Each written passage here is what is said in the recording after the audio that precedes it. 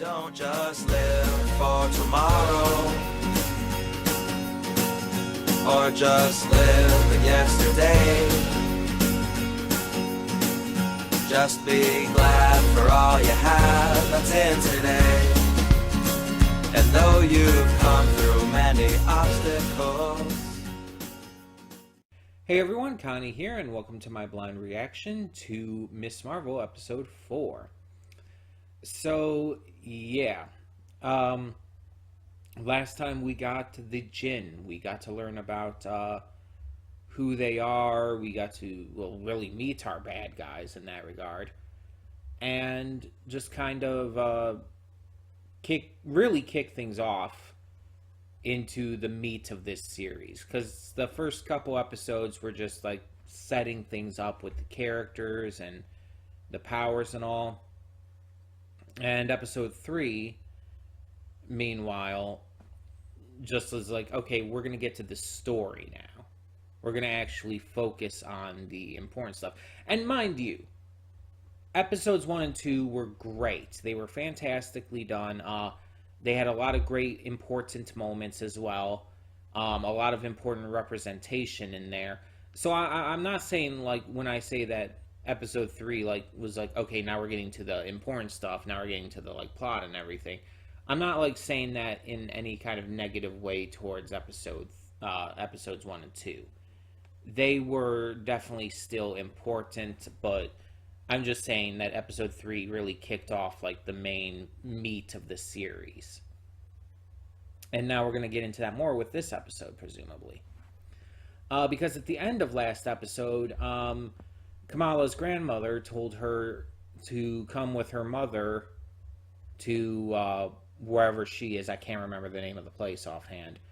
But I guess to learn more about what's going on, because Kamala saw the train and everything.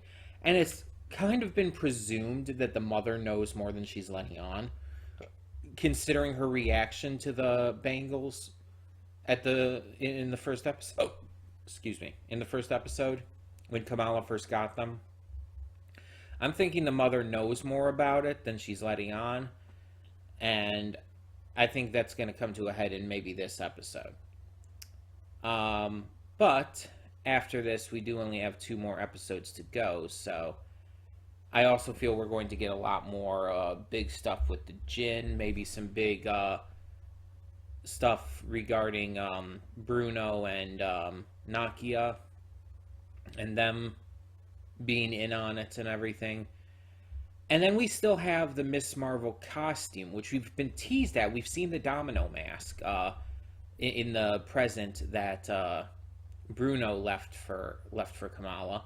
But we haven't seen the rest of the actual costume yet. And we've seen it in advertising, so we know what it looks like, but seeing it in the context of the series itself obviously is different. And that's what I'm looking forward to. And it almost feels like they're maybe waiting to save that till the finale, but I'm really hoping that they bring that in this episode, because I feel like waiting till the finale would be... I don't know. I know this is an origin story series and everything, and she's working her way up to that, but at the same time, it's like I just want to see more of it than at the very end, you know? We got to see Moon Knight's costume throughout the entire series. It's like I at least want to see a couple episodes with Kamala having her Miss Marvel costume. But as long as it's done well, that's what's important. So if they do wait till the end, as long as they handle it properly, that's what matters. So we'll see. We'll see how it goes. Either way, we're just going to get this started and hope for the best. So when the screen fades to black, pause this redirect and go to the description below. Follow the link to the reaction, and after you watch it, come back here to the redirect and resume play. Because after it fades to black and then fades back in, everything from that point forward will be my afterthoughts and will contain spoilers to the episode. So, that being said, thank you so much for tuning in, and I will see you at the reaction. And we are back, and we'll begin with spoilers in 3, 2, 1, now. The problem with growing up in America is that this country is obviously very white dominated. And what I mean is that when in school, even when you would learn about stuff that happened in other parts of the world, it was minimized or taught through a very biased American lens. Partition is something I had heard about in school, but very briefly. Like a lot of things that I learned about that weren't, well, related to America in any way.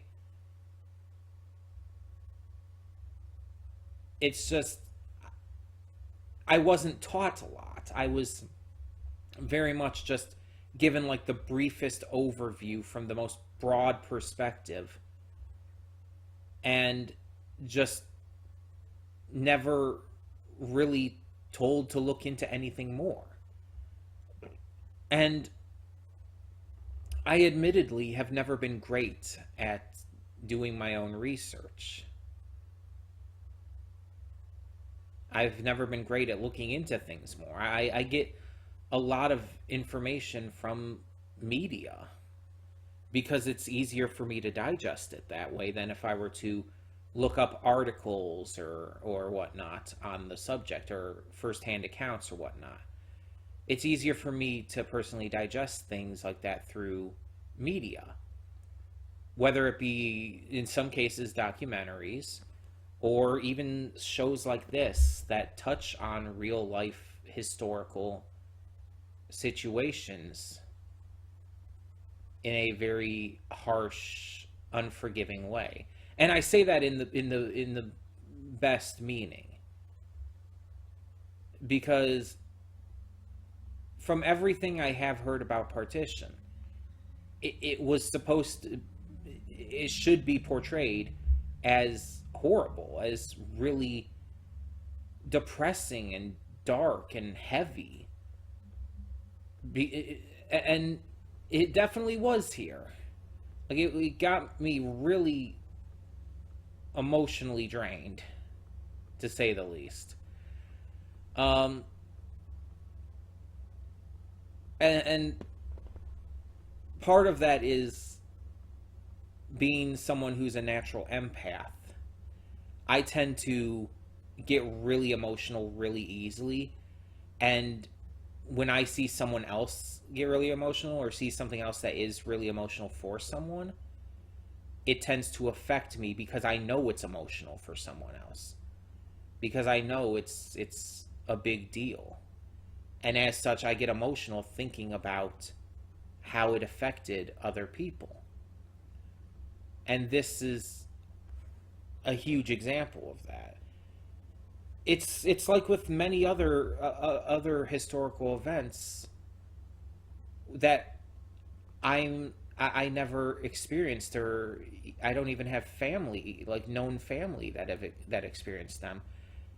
But it's because of knowing the context behind it all and knowing how much pain others were put into. I feel that pain. I feel depressed and just really upset seeing that kind of stuff. Whether it be this, whether it be anytime I see a movie or whatever with the Holocaust in it, or anything else like that. Anytime I see situations where people are put out and are displaced, have to become refugees for their lives and the lives of their children and all, especially when like children ask shit like, is there going to be enough room for us? That fucking gets to me. I hate seeing and hearing kids ask that kind of thing. I kind of briefly touched on this, I believe, in funny enough, an episode of Ghost and Molly McGee, where Molly asks her parents, like, they're having money troubles, and she asks them, "Are we going to be all right?" or something along those lines. And it's like, just hearing a kid ask that shit really makes me upset. The fact that a kid would be that afraid to ask something like that, would be that worried that they wouldn't be, the fact that a kid would ever be in a situation where they would need to ask a question like that really upsets me. No kid, no one should ever be in that kind of situation. So that shit gets to me really badly.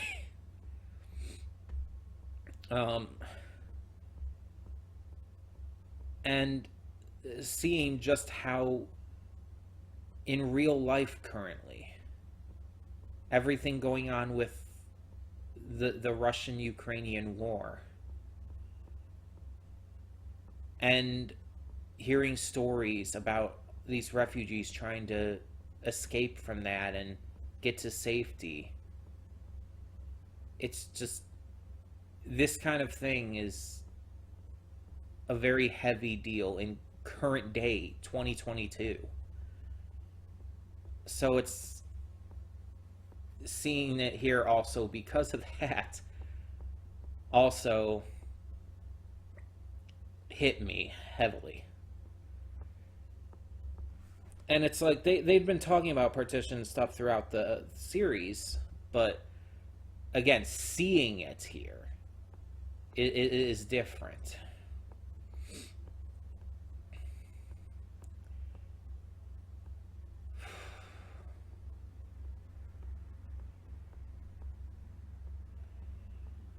Again, I cannot speak on experience because very clearly I'm white.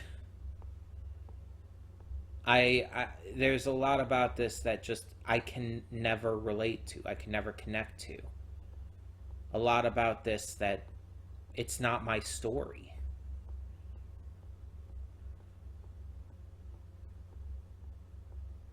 But getting to see it told with people who it does represent, for people who it does represent, this is something that I should have been taught more of in school. And that everyone should have been taught more of here in America. We should have been learning about stuff like this. Instead of being taught all this propaganda to try and paint America as the greatest country in the world, we should have been taught how all these incidents happened across the world. These horrific incidents that shaped people's lives. We should have been taught, in some cases, how America was directly responsible for those. And for those that weren't connected to this country, we should have learned about them anyways for the sake of proper, diverse representation within our base of knowledge. American schooling thinks that simply having foreign language classes as optional classes is enough. They think that having those as electives is all you really need to learn about other countries and whatnot. And speaking from experience, having taken Spanish and German classes in school, it's like you learn a little bit about those countries, but not to the degree that we should be teaching this kind of stuff. Again, these are things that we should learn about. Things that'll help us deepen our connections to people of other countries and cultures. Something that we are stupidly far behind on.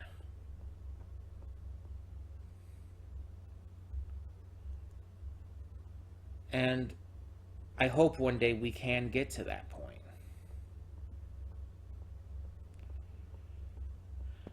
I really do.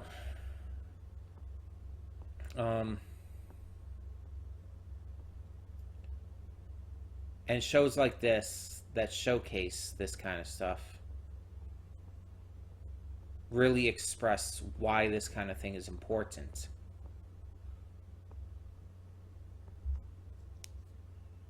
So let's actually talk about the episode. 10.5 minutes into these afterthoughts. I just wanted to touch on all of that first because I feel like it was important to do so. So, this episode has Kamala and her mom heading to Karachi in Pakistan to reconnect with Kamala's Nani, her grandmother, as well as for Kamala to kind of secretly learn about the Bengal and everything. And we see that Nani knows pretty much everything about the jinn and the clandestines and all. But she doesn't know what the Bengal is trying to tell Kamala. She doesn't know, like, what kind of message or whatnot it's trying to send her. And I'm still questioning, like, is the Bengal sentient to some degree? Or is it, like, being able to relay this kind of information through Kamala's sentience? I don't know how it works. But so Kamala is going around town, going to the train station and everything, and she ends up meeting this guy who's part of the Red Daggers, a group of kind of seemingly vigilantes of sorts who know about all of this, who know about the jinn, the clandestines, the Noor. I'm probably mispronouncing that, and I apologize. Noor, Noor, I believe it's spelled. And if I'm wrong on that, I apologize as well. But either way, so Kamala connects with them through one who at first thinks that she is a clandestine. But they come to an understanding. He shows her into the lair, and they start talking and introducing her to a lot more information. The world that the clandestines come from is not just an alternate dimension, it's a parallel dimension. One that is on the verge of possible collapse with the main one that we know, Kamala's dimension. I'll just call it that. Earth. But yeah. So if this all goes according to clandestine's plans, this world will basically be obliterated in favor of the other one, which obviously is very bad for a lot of reasons. So it's like, no matter what the clandestines' motivation for this is, their actions are still unquestionably evil. And at this point, I think it's like very clear that there's probably no redemption arc that's going to happen here. They're probably going to have to be taken out completely. I might be wrong about that, but that's kind of seeming where it's going. But yeah, we see her start to learn all this stuff from them, even like have some training with her powers. And we learn that her powers are actually even more special simply because of her humanity, which is really interesting. However, the clandestines end up breaking out of prison and really soon reach Karachi as well. They break into the hideout where the Red Daggers are, presumably tracking Kamala by her Noor, and a huge chase scene and fight scene ensues. And it's really cool. It's a great action scene, getting to see them running and being chased throughout the city, and eventually going into fighting and everything, taking out the different clandestines. It's really cool.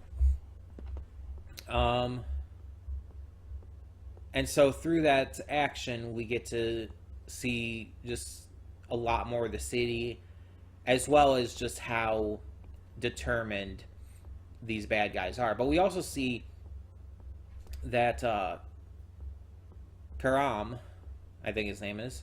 I'm not great with names, so bear with me. But we get to see him be betrayed by his mother and the rest of the clandestines and be left behind. So we don't know exactly what's going to come of that. We don't know exactly where that's going to go, but he's definitely going to ally with Kamala.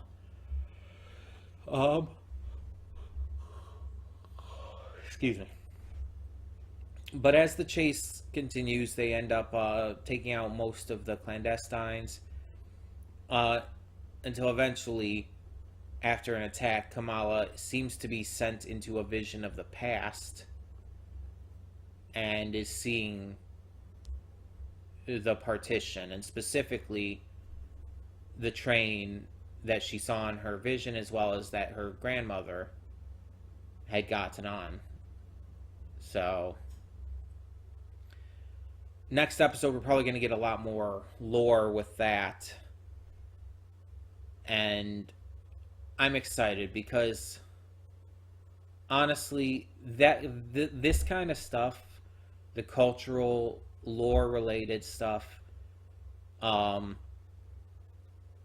just the representation we've been seeing in this and everything is truly the highlight of this series for me. Like, the action and all is great, the powers are great, the relatability with just the teenage issues and whatnot, and all of that's fantastic. But I really love how heavily and how deep they're going into this this culture, Pakistani culture, both in the States and in Pakistan.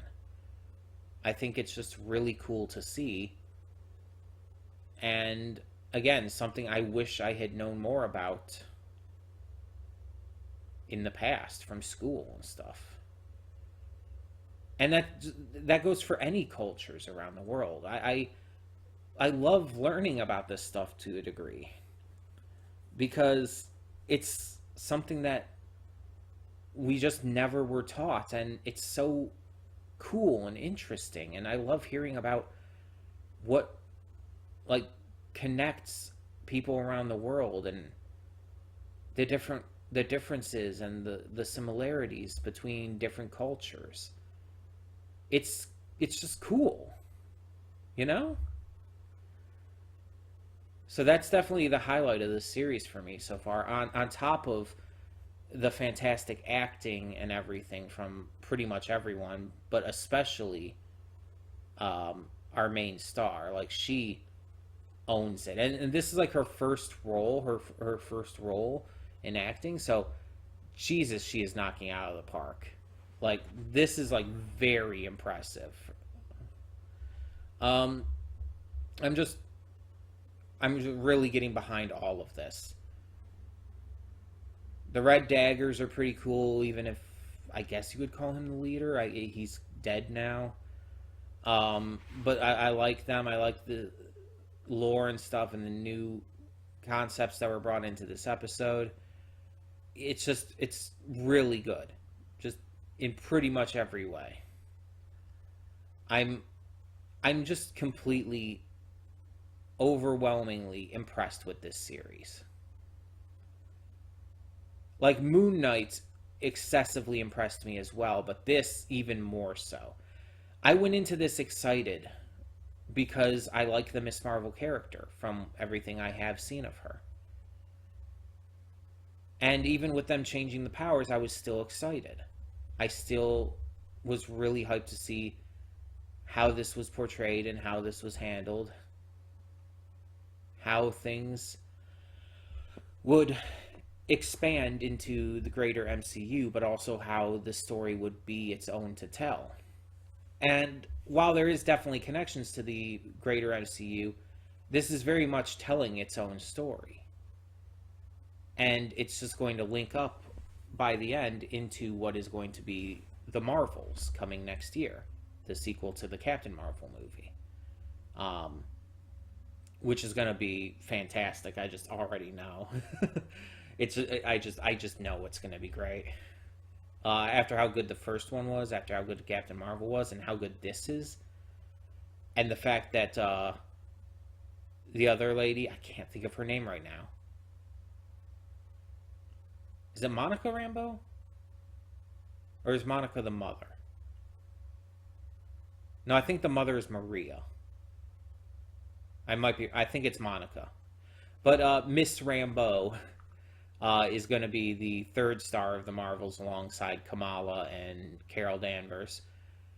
And it's just like, she was the best part of WandaVision. The only part of WandaVision I ever really liked, in fact. So the fact that they're combining Captain Marvel, I love that movie, the best part of WandaVision, and now what is, in my opinion, I can honestly say at this point, my favorite of the MCU Disney Plus shows, currently, having beaten out Falcon and the Winter Soldier and Moon Knight, for me, which were definitely the top two before. I was kind of on the fence on which one I liked more. I was still thinking Falcon and Winter Soldier. But this is, at this point, I think, pretty much beat it out. So, yeah. And the fact that I do truly believe that is really cool. And I just really love that this series is that good. It may not be as heavy action or as intense as Moon Knight could be at some points, but in some ways it's more intense. The human connection of this series makes certain aspects of it even more heavy. And that's a great thing. That is absolutely fantastic. I love this. I'm sold. And I was thinking of doing the last two episodes together, which means I would wait a week. I'm not doing that. I'm not waiting a week. I was going to do the last two episodes together, so I wouldn't do episode 5 next week, but I would do episode 5 and 6 in 2 weeks together. I'm not doing that. I'm not going to be able to wait. I'm not going to be able to wait. I need to get to the next episode like as quickly as I can right after it comes out, because this is just really damn good. So yeah, tell me in the comments below, what did you think of this episode of Miss Marvel? And thank you so much for tuning in. For now, I'm Connie and I'm signing off. See y'all next time.